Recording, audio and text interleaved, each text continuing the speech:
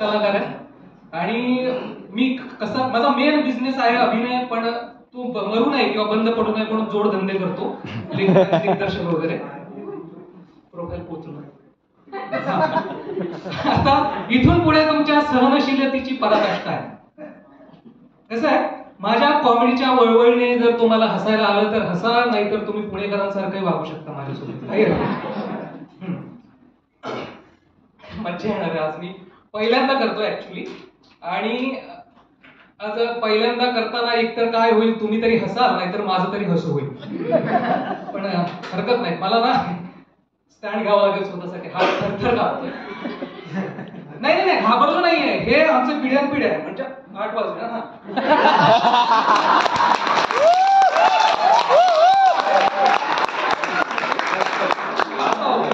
तिसरी पिढी आहे मी, आम्हाला असंच होतं.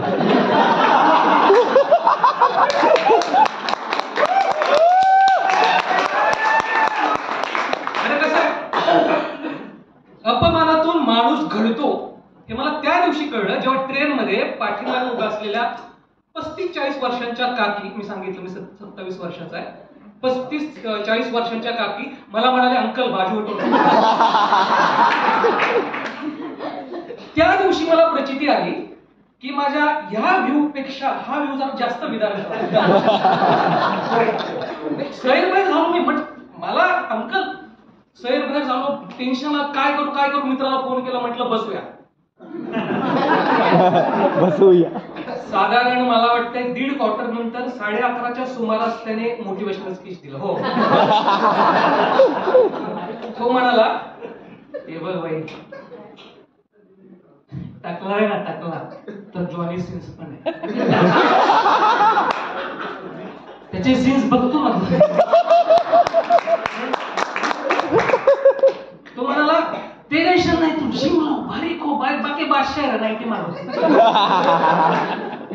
मी दुसऱ्या दिवशी सकाळी उठलो आणि आमच्या जवळच्या बर्बन जिमची मी जरा विंडो शॉपिंग करून आलो. पगार झाला नव्हता, बाहेरूनच जस्ट बघून आलो. ज्या दिवशी माझा पगार झाला त्या दिवशी मला पथनाट्यात मिळालेलं टी शर्ट घालून गेलो. कुठे तुषार? हा, पथनाट्यात मिळालेलं टी शर्ट मी घालून गेलो. एकदम पैसे होते, त्याचाच एंट्री मारली. ती म्हणाली, जी रिसेप्शनिस्ट होती ती मला म्हणाली की हा, मी तुला स्वस्तात मेंबरशिप देते, पण पीटी लावायला लागेल 8 सेशनचे 8,000 म्हणाली. आणि एकीने लावलं नव्हतं, पीटी लावलं नव्हता, तर ती बाई आता बेडवर आहे, तिला जमलं नाही, तिने मला घाबरवलं. मी एवढंच म्हणालो, मी पुन्हा येईल. तुम्हाला पण माहितीये, म्हणजे तू आता जीपे कर, मी नंतर तुला देतो असं म्हणणार मात्र काय परत पैसे देत नाही, आणि पुन्हा म्हणणारा परत येत नाही, अपवाद फडणवीस है ना. पण मी तिथून तडक निघालो, गेलो दुसऱ्या नॉन एसी जिम मध्ये गेलो. दरवाजात गेलो, पाठ दिसली, सेक्टर 21चा राजा गणपती मंडळ. म्हटलं इथे जुळून येते रेशीम गाठी, माझा शर्ट इथे मॅच होतोय. मी आतमध्ये गेलो. तो जो हा होता, काय म्हणतात त्याला, ट्रेनरच मालक होता. त्याला म्हटलं एसी नाही. तो म्हणाला, अरे मोठे प्रोफेशनल बिल्डर विदाऊट एसी मध्ये करतात. म्हटलं मला माझं पोट कमी करायचंय. तो पोटाकडे बघितलं, म्हटलं 15 दिवसात होईल.